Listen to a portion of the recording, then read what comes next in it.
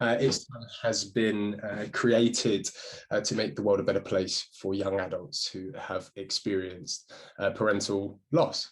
So thank you very much for joining us today. I think before we kick off, it would be good to, hear a little bit about yourself, if you wanted to give us an intro into a bit about you. Amazing. No, thank you for inviting me to have like an interview. I'm really, really excited to be part of this. Just a little background myself. So my name's Hannah. I grew up in Bournemouth, so like north of London. I'm currently 27 years old. I unfortunately lost my mum when I was age 17. And since then, I managed to go to university. So I went to Loughborough Uni along with David. And I also now work at KPMG. So I'm currently a manager there working in consulting. And I live now in St Albans with my boyfriend, Nev. Nice. Well, thanks for a bit of an intro. So now we kind of know a little bit about you. It would be good to understand kind of why you're here today speaking with us, and perhaps a little bit about what's happened to you in your life. Of course. I think it's really, really important to discuss these things. Losing a parent at such a young age, it changes you. It changes the way you think. It changes the way you are. And I don't think there's enough content, there's enough support out there for if you do lose a parent at such a young age. So I'm a big believer of what you're doing is amazing. And hopefully where people see videos of people that might be going through something similar, it'll just help them get by a little bit more and support them a little bit more as well. Sure. Yeah. No, cool. So if you don't mind just telling us what exactly happened to your mother. Of course. So probably I was if you're happy to share your mother's name as well, so we can. Yes. So my mum's name was Dee. And when I was about 3 years old, she got pneumonia. So she was ill then, and she got put into a coma when I was young. And then she came out of hospital, but ever since then she had like illnesses. Mm-hmm. And then she caught pneumonia when I was 17. It was on the Monday, and then on the Wednesday she passed away. And I guess it was quite shocking because we didn't expect her to literally go into hospital and then die. And I guess on top of that as well, I also lost a sister as well when I was 7. So throughout my life, I kind of had a lot of losses. Since then, thankfully, not that much, but it framed my life since then, more or less. Yeah, so I mean, that's quite a lot to go through before, let's say, your 18th birthday, right? Yeah, so, no, definitely. Tell us a little bit about Dee. Tell us a bit about your mother. You might make me cry, thanks, but we'll see. I guess when I think of my mum, there was obviously bad times because she was ill for a long time, but every time I think of her, I always think of the good things. Yeah. She was extremely kind. She was the life and soul of a room. Like I'm quite an optimistic, I'm quite a loud person. My mum was 100% more than me. And every time I speak to her friends, every time I speak to her family, it's all good things. It's all things like she was the light of a room. She was kind. She was a good person. She loved to dance. She loved to have fun. I remember when, like, every Saturday morning, she'll make me breakfast in bed and literally bring me like baked beans and bacon up, which obviously I miss so much. It's the little things that you remember. Like, as you know, like it's just, you kind of like things will happen. You'll be like, oh, I remember when my mum used to do that. Oh, I remember when she used to do this and that. And it's sad. But I try to live in her memory with the way that I am as well. Yeah, well, I think having told me about what your mother Dee was like, you definitely share a lot of those traits, especially being life of the party and constantly dancing. Honestly, not good dancing, let's just say, but yeah. So, thanks for sharing that with us a bit about Dee, because that's important for people to understand, your relationship with her until the age of 17, and of course what she was like. It's lovely to see how you've taken on many of those traits. And I guess, you touched on a few points there of, kind of feeling certain ways. And I think at the beginning you said, it really shapes you as a person. And of course, through this series, we found a lot of different feelings from people, whether it's numbness, confusion is a common factor. I guess for you, how was it that you felt at that exact moment in time? I know it's a while ago now, but 17, 18, you know, it's a very important time of life, right? And a lot of changes socially, through school, etc., university. How did you feel at that exact moment in time? So the exact moment of time when it happened, I would say numbness. I would say I cried. I remember I was in the room there. My best friend was next to me as well, and I just burst into tears. But then I don't know. It's a really weird question. Is it like you don't actually think about this? Like it felt like my world had turned upside down. Oh. And I guess from that point on, I was sad at the funeral. I was sad a couple days after, but then afterwards, I kind of just got on with it, which sounds awful. I kind of hid all those feelings away and kind of got on with my life. Yeah. And well, as you know, at uni, like I literally went to university and I drank loads, I went out loads, I partied loads, I lived that lifestyle. And it was only until maybe like 3 years later, maybe I'm going a bit too far along, but it was only until 3 years later. Sorry. It was only until like 3 years later I actually grieved. I literally went through a time when I was really down. I didn't understand why. And I kind of locked myself in my room at uni for a couple of weeks. And I just had no idea why I felt this way. And then I was crying a lot. And normally you would expect that to be like right at the beginning. Yeah. But it happened way later down the line. No, I think that's really special what you've just said, because you and one thing I really picked up on was you said, oh, it's terrible, I just got on with life. And you know, that is this type of information for people out there who are going through this at the moment is in my eyes really good information, because ultimately life goes on, and you said you went to uni, etc., and you know, time does go by, but you shouldn't feel guilty for that, right? You shouldn't feel guilty. 100% you shouldn't feel guilty. But I think the society we live in sometimes expects you to react in a certain way, to be sad all the time, to show your emotions. And if you don't, sometimes you feel like, if I don't feel sad, is there something wrong with me? Am I heartless? There's nothing wrong with that. Like, as in, you will react. Every single person that loses a parent, they will react in a different way. And you just have to go with how your body and how your mind is reacting. You can't have expectations. I guess kind of to conclude that, you're saying that, you know, it's normal to feel that way, right? 100%. There's no, like, you have no idea how you're going to feel until it happens. And how do you think those feelings have changed over time, now that we're, of course, you know, several years down the line?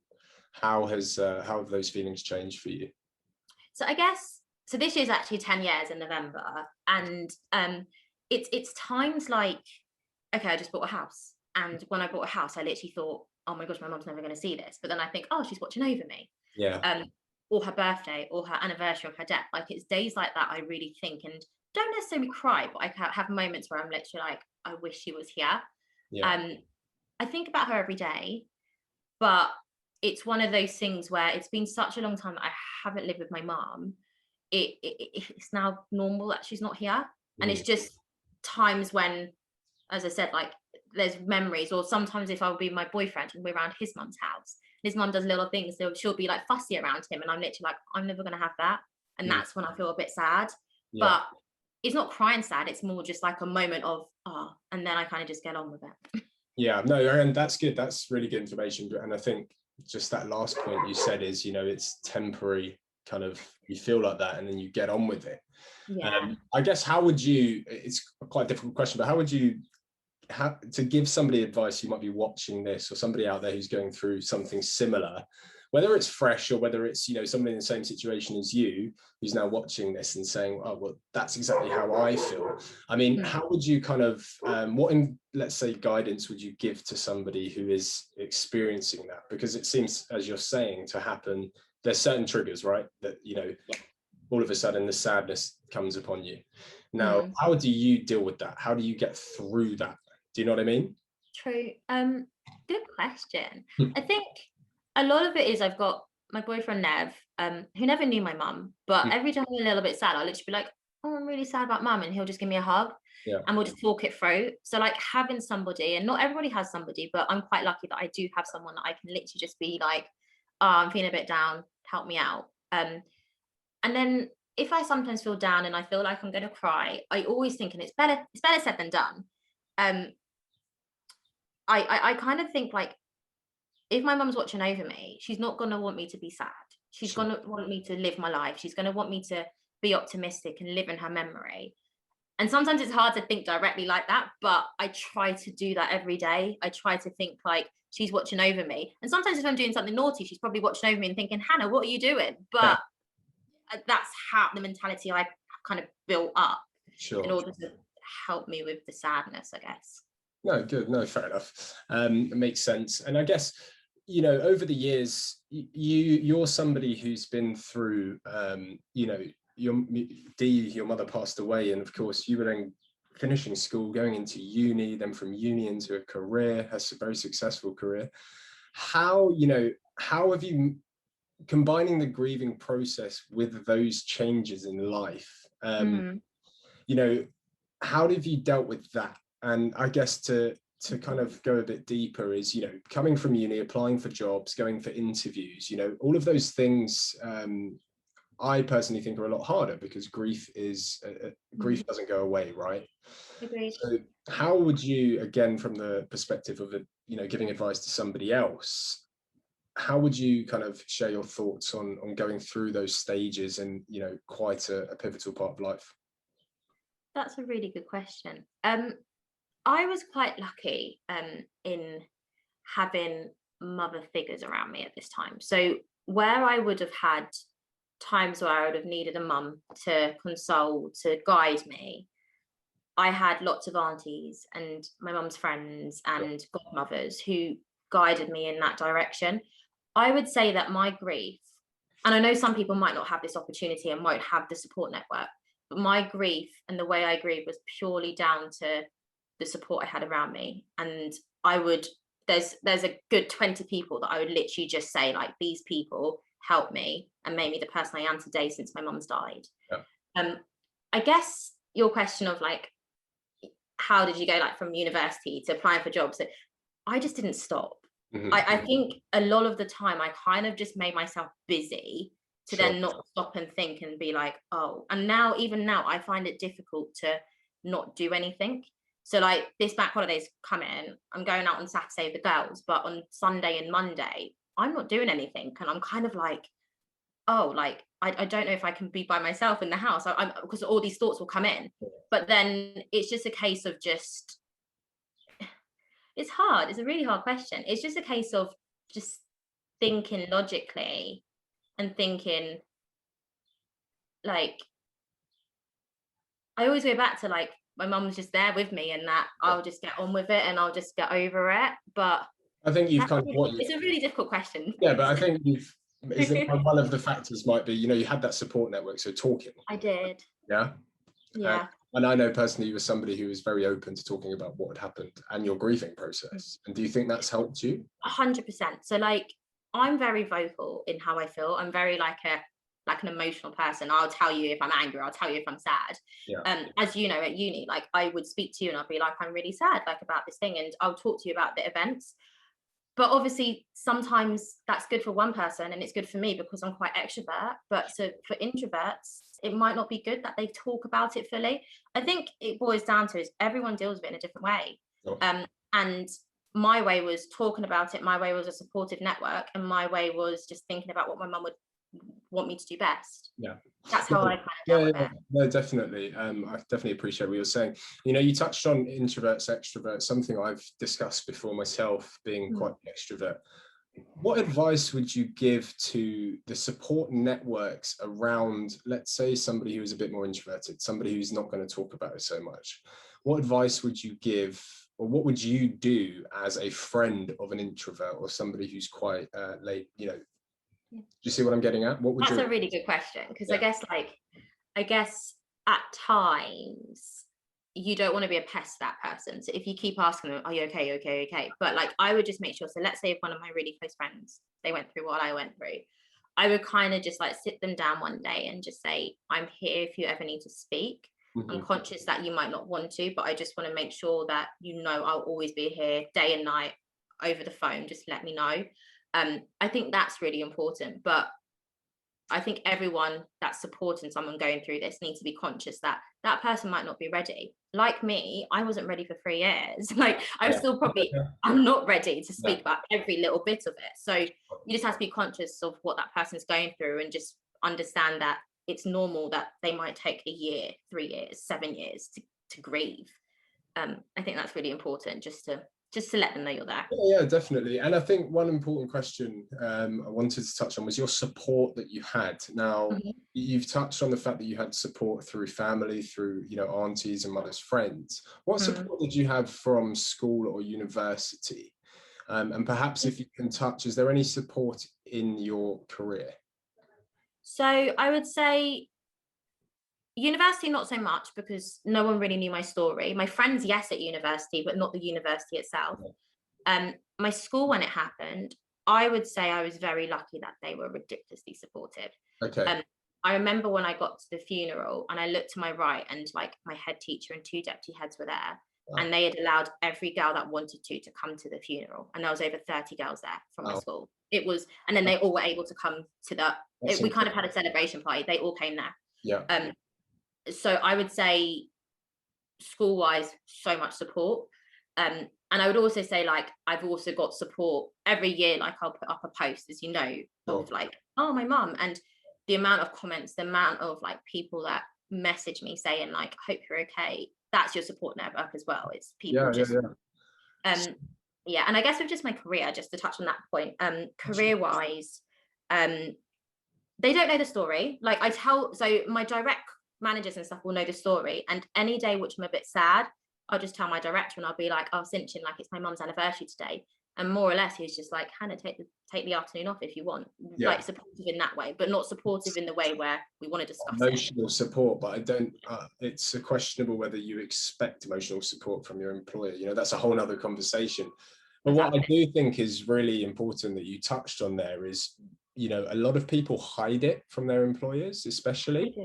And I think, you know, for other people that are watching this, what you've just said is extremely important, especially, you know, you're in quite a high pressured career, right, in the consulting world. And you've essentially just educated a lot of other people by simply just telling your boss or your director why, you know, you're feeling down, or, you know, perhaps there's an anniversary next week, is really important, because evidently people really understand it, right? They do. I can understand fully, and I felt this initially, that you might feel kind of like, I hate saying this phrase, but you might feel weak if you have to tell your employer that you're going to be down this today, or you're feeling a bit sad, because that's kind of like a mentality we have in our society. But I found that, like, I burst into tears at work before because of it, when it was my mum's anniversary, and I went for a walk around the park and my manager was like, Hannah, go home. I think it's really important, because one, you can't actually like be efficient when you're in that state, but two, you spend 9-10 hours with these people every day. They're going to know something personally, and I think it's so important for them to know. No, I think that's really good advice that you've given, and I think, you know, you kind of touched on, well, you know, you don't want to say it to be fearful of telling them, but, you know, you've evidently proved that by doing it, people are emotionally intelligent and understand, you know, these issues. So yeah, no, that's a really good piece of advice. Appreciate that. And, you know, I think so far everything you've answered, I think will really help those who are watching this. And hopefully, fingers crossed. No, definitely. And thanks for sharing your story. I guess, you know, to summarize, Hannah, if there was one piece of advice you could give again for anybody who's watching and might be suffering at this very moment while they're watching it, or has been for the past 3 months, or, you know, is going through something at the moment, or perhaps 10 years ago, just to round up, a few pieces of advice you would give to somebody in terms of dealing with grief and losing a parent at this age in life. I would say you're not alone. And it might seem like that at times, but there are people out there, people through your charity, that have gone through the same and are willing to speak to you. I would say, no matter what your reaction is, it's going to be different to people, and don't live up to people's expectations of how you should act. If you were grieving, if you're sad, if you're angry, if you're just kind of put it to the back of your mind and you're trying to just go about your life. it's all normal. There's no way that you should react to a parent dying. It's horrible when a parent dies. It's literally like your world is turned upside down, and your parents in theory shouldn't die when you're a young age. Like you want to they shouldn't. But I'll just say, just be you. Just do you. Just ignore what people expect you to do. And if you need to show emotion, show emotion. If you don't need to show emotion, don't show emotion. Yeah. Okay, well, thanks for your time today. I think, as I've said a couple of times now, I think the knowledge you've shared will definitely help others. And I think, through this interview series, there might be a few people that reach out to you for some advice. That'd be lovely. Yeah. But yeah, no, it's been a pleasure to speak with you today. And you too, Fagan.